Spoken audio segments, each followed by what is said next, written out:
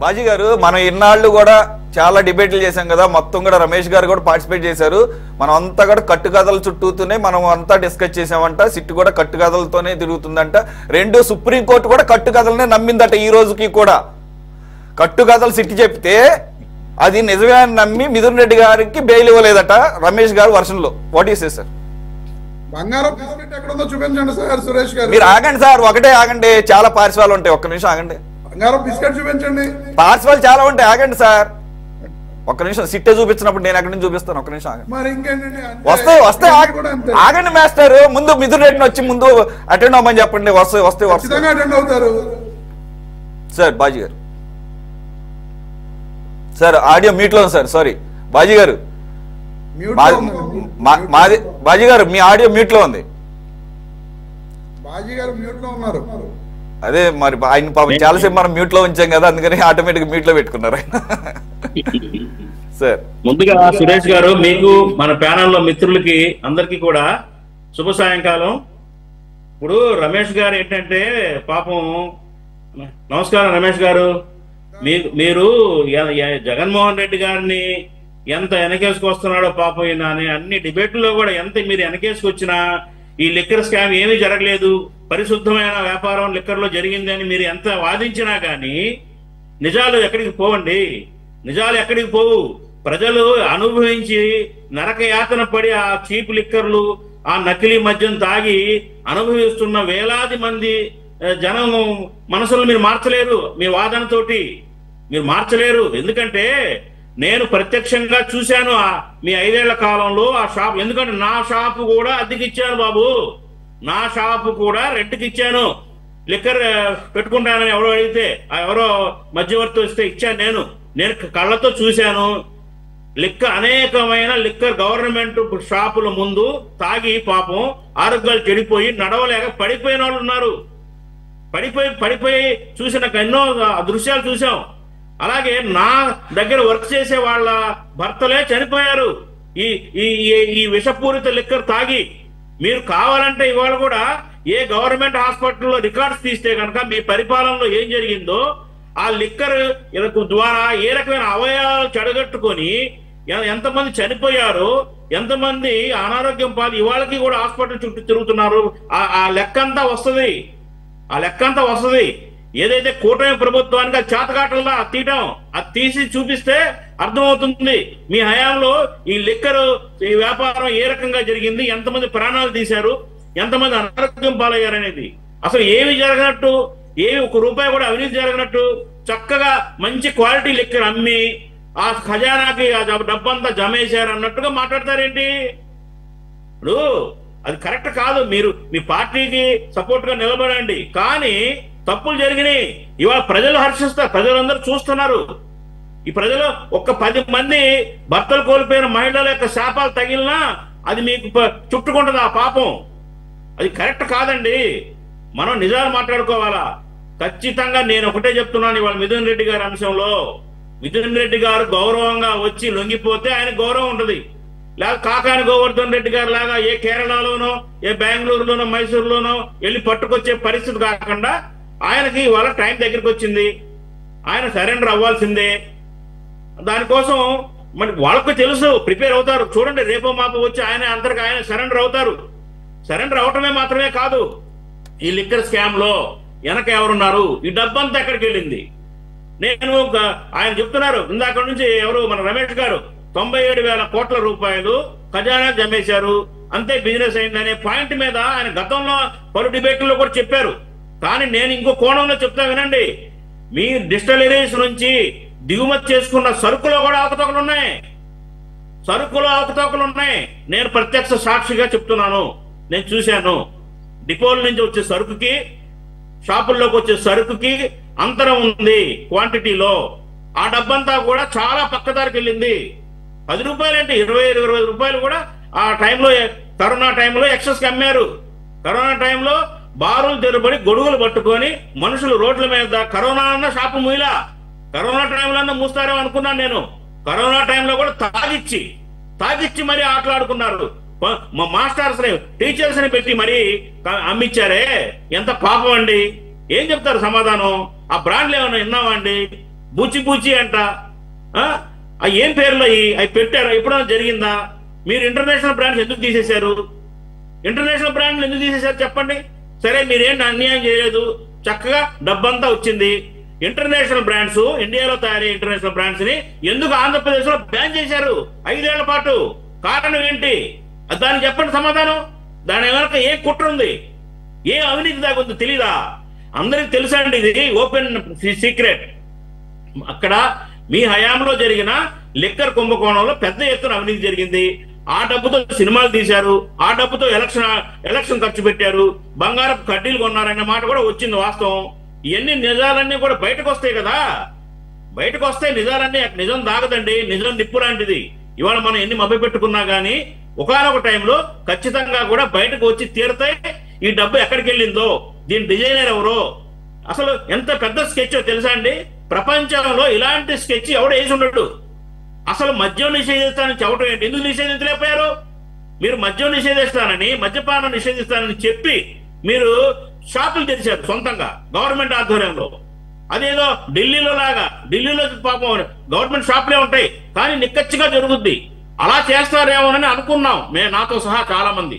కానీ భయంకరమైన ఒక అవినీతికి తెరలేపారు.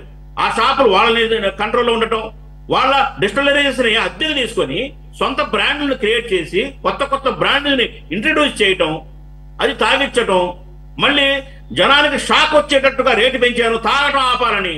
అది తాగటం ఆపాలని రేటు పెంచరా? వీళ్ళ ఆదాయాలు పెంచడం కోసం, పెంచుకోవటం కోసం ఆ చీప్ లిక్కర్ ధర పెంచారు దాదాపు 60-70%. ఇవన్నీ కూడా జనానికి తెలుసు. మీరు ఎంత చెప్పినా గానీ ఎవరు నమ్మరు రమేష్ గారు. ఇది నిజాలు అనుభవించిన వాళ్ళకి తెలుస్తుంది. కాబట్టి ఏంటంటే పాపం పండింది, ఈవేళ పాపం పండింది. అసలు దోషులు ఖచ్చితంగా అక్కడికి వెళుతాయి. చట్టం యొక్క చేతులు అసలు దోషుల్ని పట్టుకు ఈడ్చుకొస్తాయి. అది మాత్రం ఖాయం. అది మాత్రం దాని నుంచి తప్పించుకోలేరు. ఖచ్చితంగా 40 ఇందాక 25,000 అంటున్నారు సురేష్ గారు. 48,000 తాలిబొట్లు తెగినాయి ఈ రాష్ట్రంలో. ఈడ మద్యం తాగి 48,000 తాలిబొట్లు తెగినాయి. ఆయన సాక్ష్యాలు కావాలంటే సాక్ష్యాలు దొరుకుతాయి. ఆ ప్రభుత్వం చేయాల పని. ఆ రోజుల్లోనే బయటకు వచ్చింది ఆ ఫిగరు 48,000 అక్షరాల. నా కళ్ళ ముందే దాదాపు 7-8 మంది కుటుంబాలు నేను చూస్తాను ధ్వంసమైంది. తాగి 39 ఏళ్ళ వాళ్ళు, 40 ఏళ్ళ వయసుల వాళ్ళు చనిపోయారు పాపం. దీనికి ఎవరు బాధ్యత అండి? మీరు డబ్బు సంపాదించుకోండి, అవినీతితో కొల్లగొట్టండి, కానీ జనం ప్రాణాలు తీసే హక్కు మీకు ఎవరిచ్చారు? మీరు డబ్బు కోసం మీరు జనం ప్రాణాలు తీస్తారా? ఆ అమాయకులైన పేదలండి, నిరుపేదలు, ఈ చిన్న వాళ్ళు, కూలీనాలు చేసుకునే వాళ్ళు, పనులు పాట చేసుకునే వాళ్ళు ఆ 90 రూపాయలకి 150 రూపాయలు తాగింది వాళ్ళు చనిపోయారు. వాళ్ళ ఫ్యామిలీని రోడ్డు మీద పడినాయి ఇవాళ. దీన్ని ఎవరు బాధ్యులు చెప్పండి? ఎవరు బాధ్యులు? మీరేమన్నా ఎప్పుడన్నా కానీ వాళ్ళని దర్యాప్తు చేశారా? మీ నాయకుడు ఇవాళ పరామర్శలకు వెళ్తున్నాడు. ఏనాడన్నా మద్యం తాగి చచ్చిపోయిన వాళ్ళని పరామర్శించారా మీ హయాంలో? ఎందుకు పరామర్శించలేదు? మద్యం తాగి చనిపోయిన గుట్టలుగా పడిన శవాలు గవర్నమెంట్ హాస్పిటల్స్ లో. వాళ్ళని ఏనాడన్నా జగన్మోహన్ రెడ్డి గారు వెళ్ళి పలకరించారా? వాళ్ళకి ఏదైనా ధైర్యం చెప్పారా?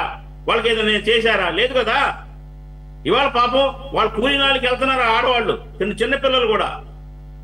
కాబట్టి నిజాలు ఇవన్నీ కూడా నిజాలు. తప్పు జరిగింది, చాలా పెద్ద ఎత్తున అవినీతి జరిగింది లిక్కర్ లో. కాబట్టి ఇవాళ ఇవన్నీ బయటకు వస్తున్నాయి. మీరు చట్టాలు, కోర్టులు, సుప్రీంకోర్టు, హైకోర్టు, సిట్టు వీళ్ళందరూ కూడా జ్యుడిషియరీ సిస్టమ్ లో వ్యవస్థలో ఉన్న భాగాలు ఇవి. మీరు వాళ్ళ విచారణని తప్పుపడతారు. సుప్రీంకోర్టు చేసిన జడ్జిమెంట్ ని కూడా మీరు అనుమానిస్తారు, హైకోర్టుని కూడా అనుమానిస్తారు. ఇంకేం కావాలి చెప్పండి? ఇంకా ఏ న్యాయ వ్యవస్థ ద్వారా విచారించాలి? మీ మీద ఆరోపణ వచ్చింది, మీరు లిక్కర్ స్కామ్ లో పెద్ద ఎత్తున అవినీతి జరిగిందని మీ మీద ఆరోపణ వచ్చింది మీ హయాంలో. అది కాదని నిరూపించుకోవాల్సిన బాధ్యత మీది. మీరు నిరూపించుకోండి. నేను చేయలేదు, మేము పరిశుద్ధులం, ఏం జరగలేదు, ₹1 కూడా అవినీతి లేదు అని నిరూపించాల్సిన బాధ్యత మీది. నిరూపించుకోండి. ఆధారాలు చూపిస్తున్నారు, డబ్బు వసూలు చేశారు, ఆ డబ్బంతా ఇలా వాడారని సిట్ ఆరోపిస్తుంది, ఆధారాలు చూపిస్తుంది. అది కాదని నిరూపించుకోవాల్సిన బాధ్యత మీది. అంతేగాని అడ్డంగా వాదిస్తే నిజాలు అబద్ధాలు అయిపోవు. ఈ అడ్డంగా వాదించడం వల్ల ప్రయోజనం ఏమీ లేదు. ఇది గ్రహించాలి. అట్లాగే కలుగులో ఉన్న ఈ అవినీతి పాములన్నీ కూడా బయటకు వచ్చేస్తాయి, బయటకు రావాలి, ఈ కలుగులో నుంచి వచ్చేస్తాయి. ఎవరు దీనికి బాధ్యులు, ఎవరు ఈ డబ్బు ఎక్కడికి పోయిందనే తేలాలి. ఆ డబ్బు దీనికి బాధ్యుల్ని కఠినంగా శిక్షించాలి. అప్పుడే ఈ పాపం ఆడపడుచులకి, భర్తలను కోల్పోయిన ఆడపడుచులకి వాళ్ళ ఆత్మలు శాంతిస్తాయి, వీళ్ళ మనస్సులు శాంతిస్తాయి. ఇది జరిగి తీరాలండి. నేను అనేక డిబేట్స్ లో ఇదే వాదించాను సురేష్ గారు. ఖచ్చితంగా మనం ఏదైనా క్షమించొచ్చు కాక. కరెక్ట్ బాజీ గారు. మనం మీరు నేను కూడా మొదటి నుంచి కూడా ఒకటి ఆర్థిక పరంగా స్కామ్ ఒక పార్శ్వం అయితే దీంట్లో ఈ స్టేట్ ఓన్గా రన్ చేసినటువంటి ఒక వ్యవస్థ మూలంగా లోపభూయిష్టంగా నడపడం మూలంగా అన్ని ప్రాణాలు కోల్పోవడం అంటే దానికి కారకులు అవటం అనేది కూడా అట్రాక్ట్ చేస్తుంది క్రైమ్గా. ఎలాగూ ఇంకా మాట్లాడితే మాస్ మర్డర్ అనాలి, నన్నైతే కనుక జెనోసైడ్ అంటాను నేనైతే. సంపత్రాజు గారు కన్సర్న్ మినిస్టర్, లిక్కర్ మినిస్టర్ అయినటువంటి కొల్లు రవీంద్ర గారు నోటి వెంట 1-2 సార్లు విన్నాం. ఏది ఈ రకంగా హెల్త్లు పాడవటానికి, అనేక మంది చనిపోవటానికి గత ప్రభుత్వ కాలంలో తీసుకున్నటువంటి ఆ లిక్కర్ పాలసీ, అలాగే కావాలని బ్రాండెడ్ వాటన్నింటినీ తొక్కిపెట్టి ఈ చీప్ క్వాలిటీ అలాగే సొంత బ్రాండ్లు ప్రవేశపెట్టి వాటికి మాత్రమే ఇండెంట్లు ఇచ్చి వాటిని మాత్రమే సరఫరా చేయించుకొని అలా సరఫరా చేసినందుకు గాను ముడుపులు తీసుకోవడం, ఇది మొత్తం ఇన్ అండ్ అవుట్ క్లియర్గా ఎస్టాబ్లిష్ చేస్తామని అంటున్నారు. కానీ at the same time more responsibility lying on your shoulders ఏదైతే బాజీగా స్ట్రెస్ చేస్తున్నారో, ఇప్పుడు పెట్టినటువంటి సెక్షన్లు కానీ కేసులు అన్నీ కూడా ఆర్థికపరమైనటువంటి ఈ అవినీతికి సంబంధించి. కానీ ఒక్కటి కూడా ఈ ప్యూరిటీ ఆఫ్ లిక్కర్ మీద కానీ, క్వాలిటీ ఆఫ్ లిక్కర్ మీద కానీ, దాని మూలంగా సంభవించినటువంటి చావుల మీద కానీ, లేకపోతే ఆరోగ్యపరమైనటువంటి విషయాల మీద కానీ ఒక్క సెక్షన్ కూడా లేదు. అలాగని వెసులుబాటు లేదా అంటే ఉన్నాయి. ఎందుకని ఆ కోణంలో వెళ్ళటం లేదు? బాజీ గారు అన్నారు, మేమిద్దరు అనేక సందర్భాల్లో ఈ డిబేట్లు వేదికగా అనేక సార్లు అడిగాం మీ తెలుగుదేశం పార్టీ నుంచి. పాజిటివ్గా రెస్పాండ్ అవుతున్నారు కానీ ఈవెన్ లిక్కర్ మినిస్టర్ దాన్ని ప్రస్తావిస్తున్నాడు కానీ why it's not happening practically why it's not happening? ఎందుకని పోలీసులు ఆ కోణంలో, సిట్ ఆ కోణంలో ఎందుకని విచారించడం లేదు? శాంపుల్స్ లేవా అప్పుడు ఆ బ్రాండ్ శాంపిల్స్ ఇప్పటికీ ఉంటాయి, మీరు కావాలంటే గోడౌన్లోకి వెళ్ళండి. పురంధరేశ్వరి గారు ల్యాబొరేటరీలో టెస్ట్ చేయించి ఆ రిపోర్ట్స్ మీడియాకి చెప్పారు ఆ రోజు. ఈ దీంట్లో హానికరమైన రసాయనాలు ఉన్నాయి, అందువల్ల చనిపోతున్నారు ఢిల్లీ కూడా రాశారు. అవి బయటికి తీయమని తెలుస్తుంది. ఇవాళ మాట్లాడట్లేదు పురంధరేశ్వరి గారు ఆ సబ్జెక్ట్ మీద. సురేష్ గారు, భారతదేశంలో ఎక్కడ లేనటువంటి, ఎప్పుడు ఎక్కడ జరగనటువంటి స్కామ్ అంటే ఆ విధమైన విద్యుత్ పాలసీ రాష్ట్రంలో తీసుకొచ్చారు. దానివల్ల ఇంతమంది చనిపోయారు, ఇన్ని వేల కోట్ల కుంభకోణం ఇన్ని పక్కన పెట్టినట్టయితే వాళ్ళందరూ కానీ బయటకు వచ్చి ఇవన్నీ కానీ తెలిసిన తర్వాత ఎటువంటి పరిస్థితుల్లో ఈ రాష్ట్రానికి నేను ఫస్ట్ డిబేట్ స్టార్ట్ అయినప్పుడే చెప్పాను, ఏదైతే ఆర్థిక ఉగ్రవాదంతో పాటు 30,000 మంది చనిపోయిన వాళ్ళది 2 లక్షల మంది ఈ విధంగా పాలైపోయారు, ఆసుపత్రులు పాలైపోయారు. వీళ్ళందరికీ కూడా కొన్ని నమూనాలు కూడా ఇప్పటికీ ఉన్నాయండి. చాలా మంది ఎందుకు చనిపోయారు అనే రిపోర్ట్లలోనే ఉన్నాయి. దాదాపు తాగి ఈ విధంగా చెడిపోయింది, లివర్ పోయింది, అది పోయింది అని చెప్పి ఉంది. ఇవన్నీ కూడా తీస్తారండి, ఎటువంటి పరిస్థితులు తీయకుండా పోయే సమస్య లేదు. దాని మీద కూడా కేసులు పెడతారు. అయితే ఏదో మాట్లాడుతున్నారు కదా రమేష్ గారు, ఏదైతే వైఎస్ఆర్ కాంగ్రెస్ పార్టీలో ఉన్నటువంటి పెద్దలు ఎవరైతే ఉన్నారో వాళ్ళు ఏదైతే ఈ ఏదో పనులన్నీ చేశారో వీళ్ళందరూ కూడా చనిపోయిన వాళ్ళు ఉసురు పోసుకుంటారండి. ఎవరికి కూడా మంచిది కాదు అది. మీరు ఎందుకు సమర్థిస్తున్నారో అర్థం కావడంలా. కొన్ని వేల మంది చంపేసి బూమ్ బూమ్ అంటారు, 3 స్టేట్స్ అంటారు, ఏది మాట్లాడితే ఆ పేర్లన్నీ పెట్టి, ఎందుకండి వాళ్ళ ఎంపీనే మాగుంట శ్రీనివాసరెడ్డి గారిది నేను చీప్ లిక్కర్ ఒక్క నిమిషం అండి, చీప్ లిక్కర్ అమ్మను, మాకు ఏదైతే కింగ్ ఫిషర్ ఉందో అదే ఇస్తానంటే అది వద్దు అని చెప్పి వాళ్ళని మార్పిచ్చేసి అది మళ్ళీ తీసుకొని సొంత బ్రాండ్లు తయారు చేసి మీరు విచ్చలుడిగా ముందు అమ్మి ఎంతమంది ప్రాణాలు తీశారండి. వాటన్నిటి కూడా అందరు కూడా వస్తారు. మీరు ఎవరిని వదిలిపెట్టే సమస్య లేదు. ఇంత క్షుణ్ణంగా దర్యాప్తు జరిగింది, దర్యాప్తు అందరూ బయటకు వస్తారు. ఎందుకు భయపడుతున్నారు? ఆనాడు కూడా ఇందాక నేను సోదరులు చెప్పినట్టుగా ఆనాడు హైకోర్టు బెయిల్ రిజెక్ట్ చేస్తే, సుప్రీంకోర్టు రిజెక్ట్ చేస్తే, తీరా చూస్తే ఒక నాయకుడు గతంలో ఉన్నటువంటి వ్యవసాయ శాఖ మంత్రి కాకాని గోవర్ధన్ రెడ్డి గారు బట్టలు ఎత్తి నడిపిస్తారు పోలీసు వాళ్ళు అన్నాడు. ఇదే పోలీసు వాళ్ళు అరెస్ట్ చేసినప్పుడు ఆయన అండర్వేర్ లో ఉన్నాడు. మీకు కూడా అదే జరగద్ది. ఈ రోజు ఇంకోటి జరిగింది సురేష్ గారు. వీళ్ళు అడ్వకేట్ అడిగాడు ఒక్క వారమైనా గడివేమని చెప్పి. మీరన్న ఏదైతే ఉందో ఒక వారంలో మళ్ళీ పార్లమెంటు సమావేశాలు ఉన్నాయి, అందువల్ల ఏమన్నా అడిగారేమో, దానివల్ల ఏమన్నా అడ్డంకులు ఉన్నాయేమో వీళ్ళు కోర్టులో అడిగారు. ఒక్క వారం గడువాలంటే ఒక్క వారం కాదు, ఒక్క రోజు కూడా ఇచ్చేది లేదు అని చెప్పేసి ఇందాక సుప్రీంకోర్టు చెప్పడం జరిగింది. కాబట్టి మీకు చిత్తశుద్ధి ఉంటే, మీకు నిజాయితీ ఉంటే అరెస్ట్ చేయడానికి ఎందుకు దానికోవాలి? మీరు అయిపోయినాయి, దారులన్నీ మూసుకుపోయినాయి. మీరు పార్లమెంట్ సభ్యులుగా ఉన్నారు, 3 సార్లు ఉన్నారు, పార్లమెంట్ ప్రతిపక్ష నేతగా ఉన్నారు, ఏదంటే మాట్లాడతారు. గతంలో ఇదే మిగిలిన రెడ్డి, ఇదే ఎంపీ రామ్మోహన్ నాయుడు గారిని ఏం మాట్లాడారు మనం చూసాం. మీ భాష, మీ పనికి వాళ్ళ భాష అంతా కూడా మీరు పార్లమెంట్ అయితే మాట్లాడేశారు. ఒరే అంటారు. కానీ ఇప్పుడు మీరంతా అంత గొప్ప పెద్ద వ్యక్తులుగా మీరు ఉన్నప్పుడు అదే పెద్ద మనిషి చేసుకొని ఇప్పుడు రండి, పోలీసులు లొంగిపోండి.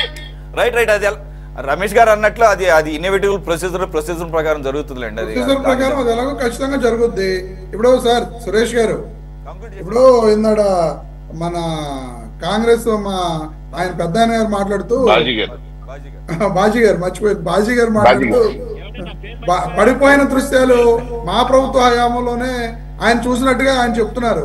ఈ రోజున ప్రతిరోజు సోషల్ మీడియా అంతా కూడా వీళ్ళు అమ్మే మద్యం దాగి రోడ్ల మీద పడిపోతున్న దృశ్యాలు బాజీ గారు ఆగండి. సంపత్రాజు గారు, మీరు మాట్లాడేటప్పుడు నేను మాట్లాడలా, నేను ఆగాను, మీరు ఆగమంటే నేను ఆగిపోయాను. ఇప్పుడు పడిపోతున్న దృశ్యాలు, రోడ్ల మీద పడుకుంటున్న దృశ్యాలు మా బాజీ గారికి పెద్ద ఆయన కనపట్ల. అలాగే రమేష్ గారు అది కాదు కంపారిజన్. ఒక్క నిమిషం, మోతాదు మించి తాగితే సార్, మోతాదు మించి తాగితే మీ దగ్గరే అవుతున్నా. మోతాదు మించి తాగితే స్కాచ్ తాగినా సరే కింద పడి దొర్లుతారు.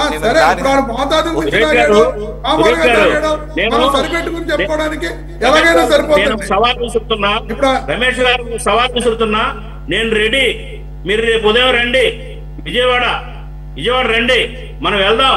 ఎక్కడ బారుల దగ్గరికి, వైన్ షాప్ దగ్గరికి ఎక్కడెక్కడ పడిపోతున్నారో పడిపోయిన చోట శాంపిల్స్ తీసుకుందాం. అని తాగింది తీసుకుని పరీక్ష పెడదాం, ల్యాబ్ లోకి వెళ్దాం, పరీక్ష నేను రెడీగా ఉన్నాను, మీరు రండి. ఒకవేళ నిజంగా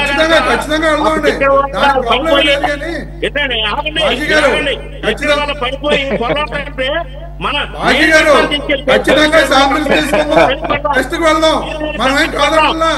ఈ రోజు కేసులు రండి, మీరు రండి, చెప్తున్నాను. బాజీ గారు వస్తాను, కలిసి వాళ్ళ కడుపులో ఉన్నదానికి ల్యాబ్ పంపించి షాపుల్లో మనం కేసు పెడదామండి. నేను వస్తానని చెప్తున్నా సార్. అసలు ఇప్పుడు జరగాలి గత లిక్కర్ పాలసీ టైప్ లో ఉన్న వాటి మీద కూడా జరిగితే అప్పుడు కంపారిటివ్ గా చాలా బయటకు వస్తాయి. ఇప్పుడు సంపత్రాజు గారు మాట్లాడుతూ మా ప్రభుత్వం నాణ్యమైన మద్యం అమ్ముతుందని చెప్తున్నారు. మొన్నే స్పిరిట్ ఎంత దారుణంగా రెక్టిఫైడ్ స్పిరిట్ ని కల్తీ మద్యం తయారు చేస్తున్నారని చెప్పి దొరికిన సందర్భాన్ని వీళ్ళెవరు చెప్పరు. బాజీ గారు చెప్పరు, లక్ష్మణ్ గారు చెప్పరు.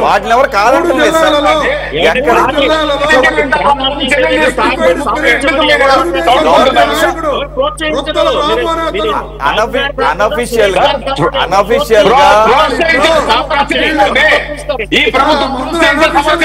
ఇక్కడ మాట్లాడే ఇక్కడ సబ్జెక్టు ఎక్కడో దొంగతనంగా అక్రమంగా తయారు చేయడం గురించి కాదు, గవర్నమెంట్ షాపుల్లో అమ్మిన లిక్కర్ గురించి సార్. గవర్నమెంట్ అమ్మిన లిక్కర్ గురించి టాపిక్ పక్కదారి పట్టిస్తున్నారు. అరే ఎలా అమ్ముకున్నా కరెక్టేనా? అది కాదండి బాబు, కరెక్టేనా? అది అలాగా సార్. కల్తీ సారాలు, కల్తీ మద్యం, అది ఒక సబ్జెక్టు కాదు.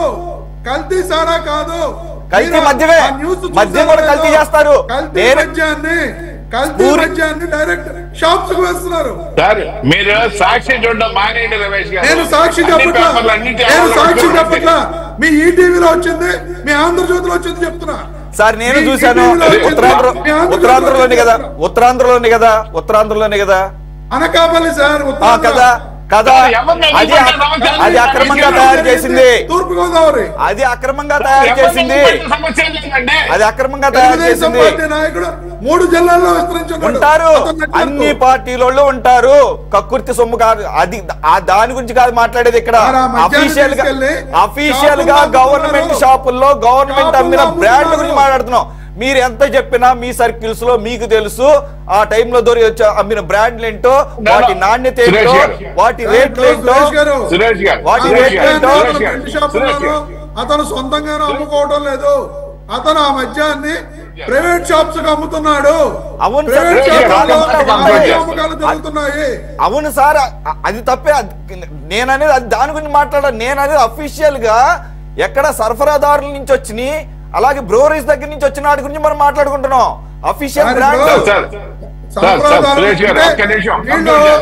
అభియోగాలు చేశారు కాబట్టి నేను చెప్తున్నా. ఇప్పుడు గత ఎందుకు ఒక్క నిమిషం ఆగండి. ఎప్పుడు జరుగుతూనే ఉంటాయి. కరెక్ట్ ఏది మీరు అన్నది. ఆ ఇన్సిడెంట్స్ ఎప్పుడు ఉంటాయి, అన్నింటినీ ఒకే కారణం కట్టుకొని. ఇంకొక ఎగ్జాంపుల్ చెబుతాను ఆగండి. 14-19 మధ్యలో ఇదే కూటమి ప్రభుత్వం ఉన్నప్పుడు విజయవాడ కృష్ణలంకలో మీ పార్టీ నాయకుడికి సంబంధించినటువంటి, ఇప్పుడు మీ పార్టీలోనే ఉన్నాడు ఆయన, ఏంటి ఆయనకి సంబంధించిన బార్ లో కల్తీ మద్యం తాగి మరణాలు, లేకపోతే సార్ నాకు గుర్తులేదు, అవునా కదా సార్ బాజీ గారు? మీకు గుర్తుందో లేదో, కల్తీ మద్యం తయారు చేయడం, క్లీన్ చిట్ ఇచ్చారు. కల్తీ తయారు చేయడం,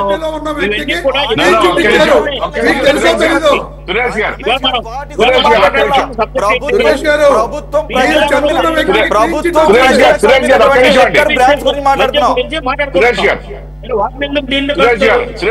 ఒక్క నిమిషం.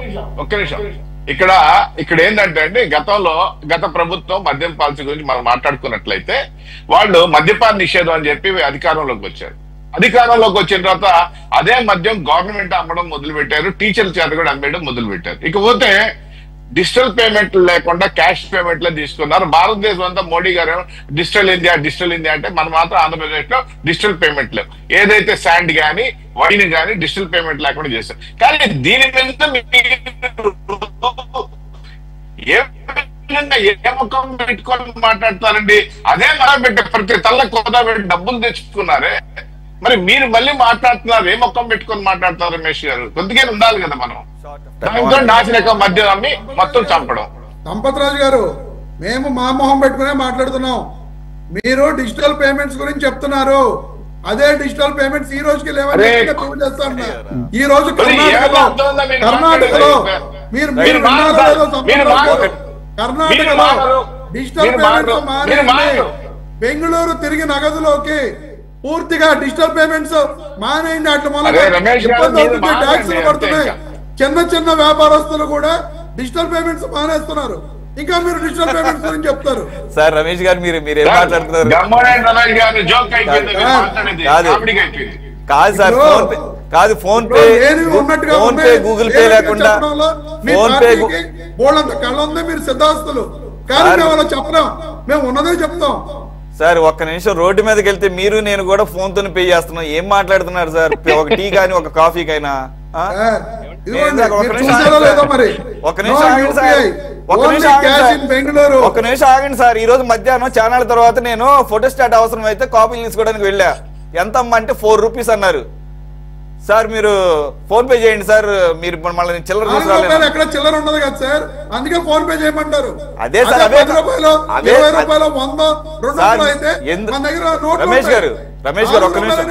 రమేష్ గారు ఒకసారి మీరు నేను ఫోన్ చేద్దాం. ఈ రోజు మీరు నేను ఎన్ని చేసుంటాం? మీరు నేను ఎన్ని డిజిటల్ ట్రాన్సాక్షన్ చేసుంటాం? ఫోన్ తీయండి. అవును సార్, నేను డిజిటల్ ట్రాన్సాక్షన్స్ చేయలేదు అని నేనేం చెప్పట్లా. నేను చెప్పేది వీళ్ళు చేస్తున్నారు అంటే దాని గురించి చెప్తున్నాను. నేను ఇప్పుడు దాని గురించి మాట్లాడేది. ఈయన చెప్పారు, సంపత్రాజు గారు, మన బాజీ గారు కూడా చెప్పారు. పూచి బీర్లు అయితే చెప్తున్నారు. మేము మా ప్రభుత్వం అధికారంలో వచ్చిన తర్వాత కొత్త బ్రాండ్ కూడా సార్ మనకి ఆల్రెడీ చాలా డిస్కస్ చేసిన టైం అయిపోయింది. ఒక్క నిమిషం సార్, కంక్లూడ్ చేస్తున్నాను. గత ప్రభుత్వ హయాంలో గవర్నమెంట్ షాపుల్లో, గవర్నమెంట్ లిక్కర్ షాపుల్లో ఆ ట్రాన్సాక్షన్ సంబంధించి డిజిటల్ ట్రాన్సాక్షన్ సంబంధించిన మిషన్స్ ఉన్నా కానీ వాడవద్దు, మాకు పైనుంచి వాడొద్దని చెప్పారని చెప్పేసి అనేక షాపుల్లో అక్కడ ఉన్న స్టాఫే చెప్పారు. దాన్ని రిఫ్లెక్ట్ అయింది. జనాలు కూడా అవసరం కాబట్టి దాని మీద పెద్ద కంప్లైంట్స్ లేవు.